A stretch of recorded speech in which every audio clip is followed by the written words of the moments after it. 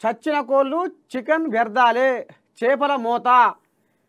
పాడైపోను కదా ఇప్పుడు చికెన్ అంటారు చూడు ఇప్పుడు చికెన్ని తింటట్లేము మటన్ని వంటట్లేము ఆఖరికి వస్తారు కల్లా ఈ సచిన కోళ్ళు చేపలకు ఆహారంగా మారిపోయినాయి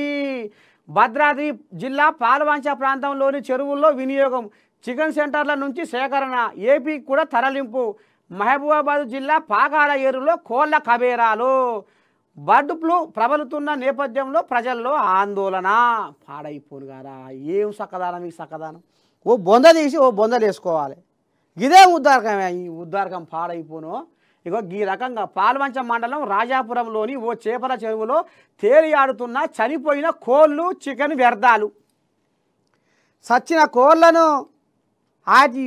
పొట్టవేగులు మాత్రం 7 కాళ్ళు తీసుకుపోయి షెర్ల చేస్తే ఇప్పటికే ఈ షెర్లల్లో చేపల తిందామంటే పారం ముక్కలకు వస్తుంది ఎందుకంటే అడుగడుగున ఈ కంపెనీలు చల్లకుండా కెమికల్ కంపెనీల ఈ వరదలు ఈ మోరీలల్లో షెడ్ అయ్యి పడ్డాయి కెమికల్ కలిసి మొత్తం అలా మూసిలో కలిసి ఆ షెర్లల్లో మొత్తం ఈ కెమికల్ వాటర్ జామ్ అయితే ఈ చేపలు కూడా ఆ కెమికల్ వాటర్ను మరి అది తినేది అదే తాగేది అదే కదా అయితే ఇప్పుడు చేపలు తింటే కూడా ఏదో ఇదవుతుంది పానం బాగుంటలేదు ఇప్పటికే కలుషితం నీళ్ళతోటి చేపలు కూడా ఖరాబ్ అవుతున్నాయి వెనకటి లెక్క లేవు అనేది ఇప్పుడు తెర మీదకి వస్తున్న ముచ్చట మళ్ళీ ఇప్పుడు ఈ చేపలకు ఈ వచ్చిరాని రోగాలు వచ్చిన కోళ్ళని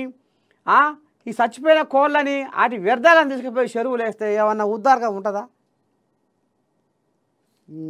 పాడైపోను ఇక రోగాలు రావంటే ఎందుకు రావు వామ్మో నీ దండం పెడితే